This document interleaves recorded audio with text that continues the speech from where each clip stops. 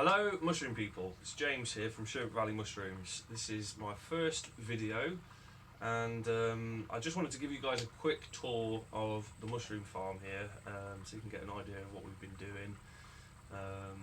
It's my first video, so I've made a few mistakes with the filming. I got the orientation the wrong way, so half of it you're going to be wasting quite a bit of your screen, so I apologise for that. But if I make more of these, which I would like to, it won't happen again, I can assure you that.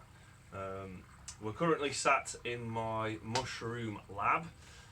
This is where we work on cultures, things, you know, we do them on petri dishes and grain jars and all of that good stuff. We can go into more detail about that if that's something that people would like to see. But yeah, so a little bit about the business. I started it back in October. I've been meaning to do something like this for quite a long time, and it just seemed to be the right time to do it. In my spare time I'm a freelancer. I've been working in the film industry as a sound recordist, and we were starting to get towards the quiet period. Had a bit of savings, took a massive risk with a business loan which I'm personally liable for, but you know, I figured, you know, this is worth risking for, because this has been something I've wanted to do for a very long time. So everything that you see me doing up here, I basically learned how to do from following other YouTube videos. There are some very wonderful people out there on the internet. In the UK we've got Gareth Archer, who I've watched all your videos, dude. I really appreciate it, man.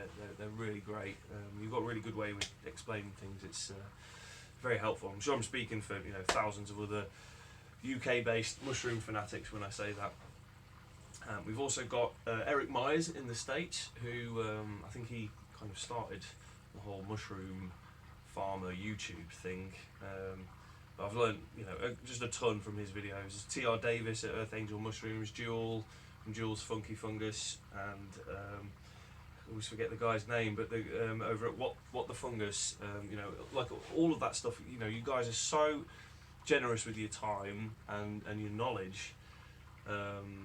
You know, I'm a big fan of all things open source, and I just think that having this hobby or this business, or however, you know, whatever scale that you're doing it on, I think you know, the open source approach helps everybody, helps push things forward, and in whatever small way, you know, I'm not doing anything differently here. You know, I'm just copying what I've seen other people do on the internet. You know, there are a few small things which other UK-based people will understand, where you'll read something that someone in the States has said and they'd just be like, oh, just pop on down to bloody Walmart and pick this bag of stuff up, and you go down to our equivalent, which would be, I don't know, you know, pop down to B&Q and, you know, you can't find it. So, you know, there's a few things that are UK specific that I think, again, Gareth Archer addresses well, but, you know, some stuff that I'd like to help out with, and see if we can get more people growing mushrooms in the UK, which would be awesome. So I haven't bored you this far. You must be a fellow crazy mushroom person who enjoys watching these things like I do, so welcome, and let's go and show you around the mushroom farm. Okay, so this is where it all starts. So here we've got the bags of oats, as you can see in here. There they are, some good old whole oats.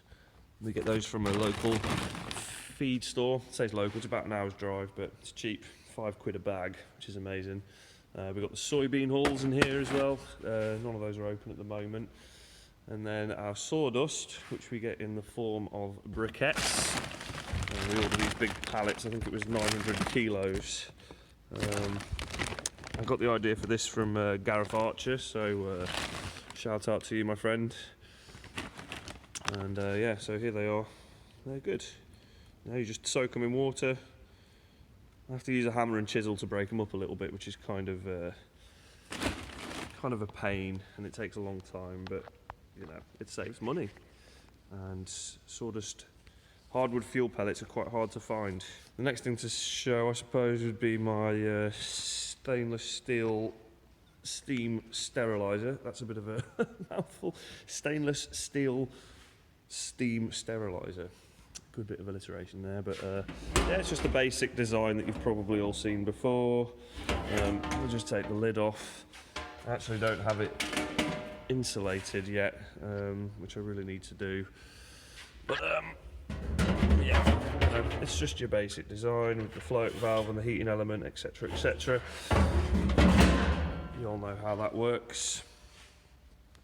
But again, you know, if you want, I can go through how I made it in you know, in detail. You've got the drain there. That's where I connect the mains into the float valve, and then that's how I connect it to the power. I've got that. That's up to a what is this? It's a 16 amp socket that we had put in, which is enough. It's a dedicated socket. It's also going to be controlled. We've got this for a PID controller, which we're going to have installed soon as well, hopefully, to help save a bit of the power. So we're going to get the insulation on the outside, get it hooked up to the PID controller, and hoping to cut down on the electricity bill a little bit there with that. So I suppose we'll give a bit of a wider view. So we're doing it in shipping containers, as you can see. I'm not renting out half of this unit. The other half is taken up by these beautiful, beautiful caravans. But yeah, so we're doing it in these 2 shipping containers. And the one on the left here is the lab and the incubator. The one on the right is the grow room. But we shall go inside the lab / incubator first. Okay, so this is our lab and incubator. As you can see, we're you know, incubating lots and lots of blocks. Well, it's lots for us. I think we've probably maximum. I think we can incubate about like 300 blocks in here or something like that, which is a nice amount. So as you can see over here, we've got our grain spawn. It's oats supplemented with gypsum. I've tried out a few different ways of doing it. You know, we're getting a little bit of condensation on the bag here, as I can see. I think this probably we've had a bit of a temperature change. It also looks like maybe the grains were a little bit wet. Constantly tweaking the grain spawn technique. Probably the hardest part of it. Anyway, moving on. The juiciest part is here. We've got our lovely big laminar flow hood.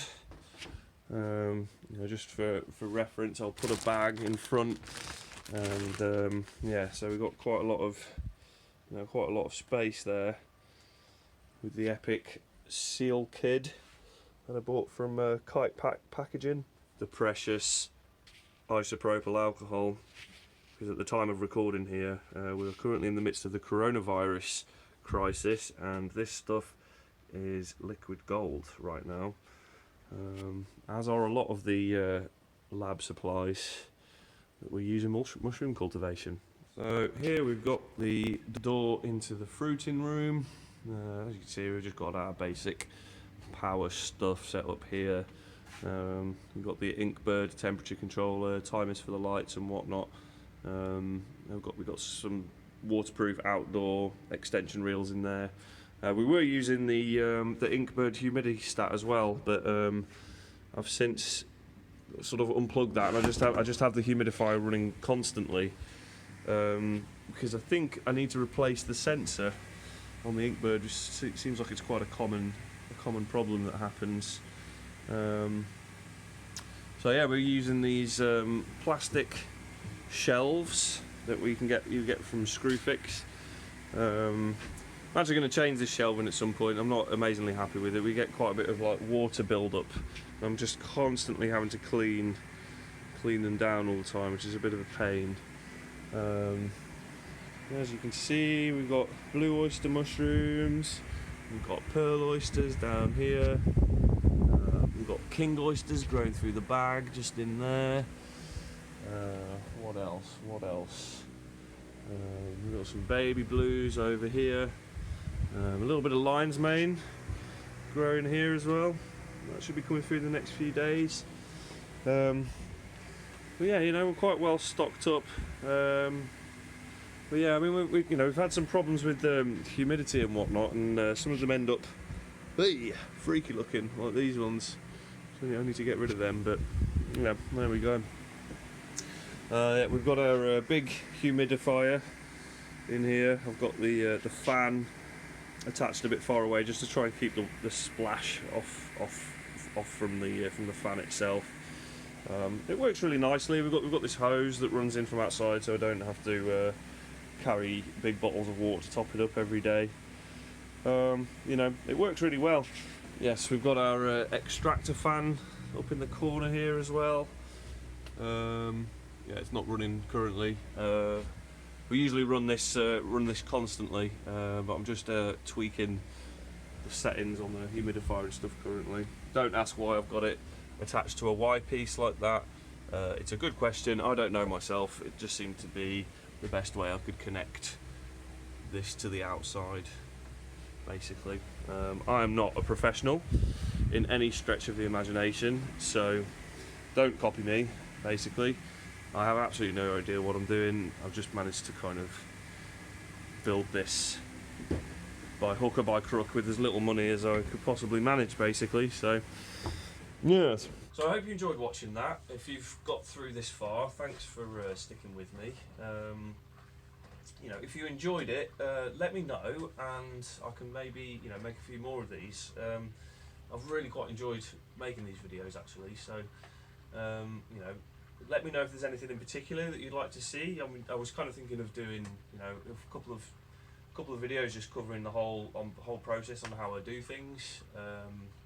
You know, right from doing petri dishes, you know, grain masters, blah blah blah, all the way up to, you know, bulk substrate and how I do that, how we sterilise, you know, all the way through to fruiting. There's, you know, there's a lot to talk about. So yeah, thanks again for watching, and hopefully I'll see you on the next one. Thank you very much.